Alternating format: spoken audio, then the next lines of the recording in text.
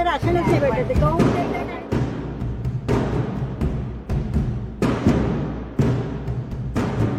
दुकानदार सरकार एक तर दोषी आहे, प्रशासन जे वरती भडबक्के बसलेले आहेत माफिया लोक, किंवा हा पाटील यांच्याकडे आज आलो. त्यांनी काय प्रकार घडला रेशनच्या धान्यासंदर्भात आपण त्यांच्याकडून जाणून घेऊन आहेत. बोला साहेब. गेल्या 3 ते 4 महिन्यापासून अनेक रेशन दुकानदाराच्या तक्रारी येत होत्या. तसंच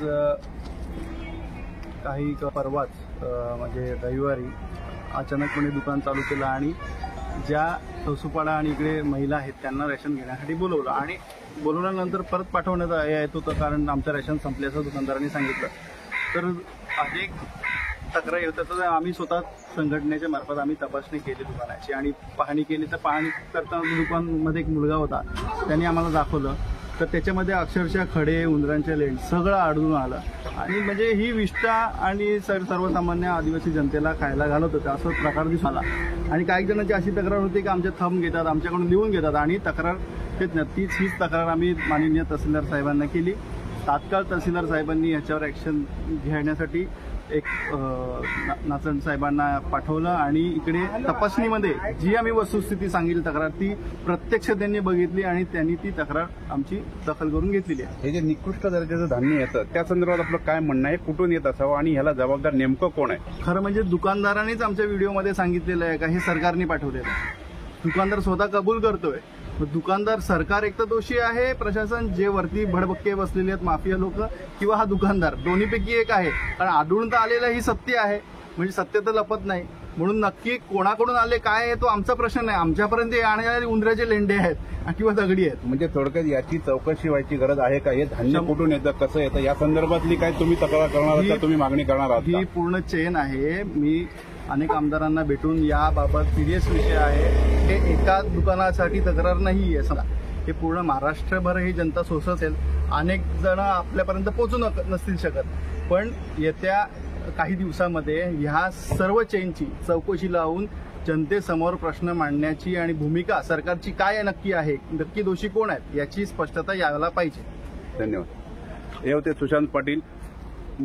मोफत धान्य देण्याचं मागील 5 वर्षापासून सुरू आहे, परंतु हे मोफत धान्य नागरिकांच्या आरोग्यासाठी किती धोकादायक आहे हे आज सुशांत पाटील यांनी दाखवून दिले. त्यामुळे शासनाने जिथून धान्य पुरवठा होतो त्याचबरोबर त्यांनी या संदर्भात जिथून धान्य येतं आणि पुरवठा होतं त्या संबंधीची चौकशी लावण्याची मागणी केली आहे. विजय खेतले असं. धन्यवाद. गाव आहे काय प्रकार घडला आज? इथे राशनमध्ये प्रत्येक महिन्याला आम्हाला 4 महिने झाले राशनच नाही भेटत. गहू देतात आणि तांदूळ वगैरे देतात, तेही देखील लिहून देतात. पण प्रत्येक आम्हाला तांदूळ भेटतच नाही, फक्त गहू देतात आणि गहू दिल्यावर तांदूळाची पण एंट्री करतात. आज काय खराब धान्य आलं असं काय? आज राशन आलं नाही, पण आज त्याचं हे चालू आहे, राशन नाही भेटत म्हणून त्याची कंप्लेंट चालू आहे. आम्हाला असं राशन भेटतं. ते काय नाव आपलं? कुठलं गाव आहे? सौसुपाडा. काय प्रकार घडला? आम्हाला 4-5 महिने झाले राशन भेटतच नाही. आणि हे काय हातात आहे तुमच्या? हे आम्हाला गेल्या महिन्यात राशन दिलेलं आहे. हे बघा हे असं राशन दिलेलं आहे. काय काय आहे याच्यामध्ये? उंदराचे लेंड आहेत, दगडी आहेत, सगळं कचरा आहे. याबाबत काय तुम्ही शासनाकडे तक्रार केली आहे? आम्ही त्यांना सांगितलेलं पण ते काय ऐकतच नव्हते.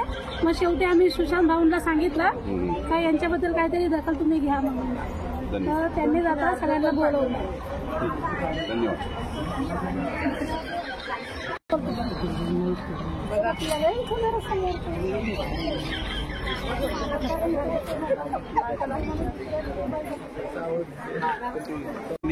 मागील 2 ते 3 महिन्यापासून अत्यंत खराब व निकृष्ट दर्जाचं धान्य येत आहे.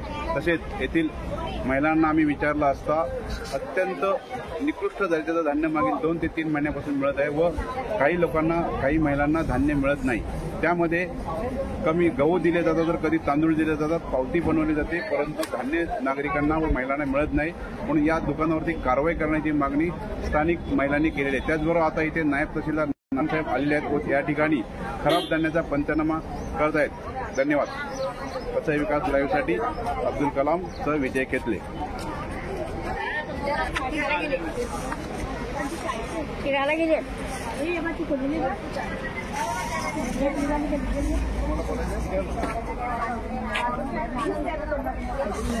पाणी धान्य नाही भेटलं मग धान्य कुठे टायमावर द्यायलाच पाहिजे ना. एवढे वेळ आता रेशन कार्डवर लिस्ट नावं आहेतच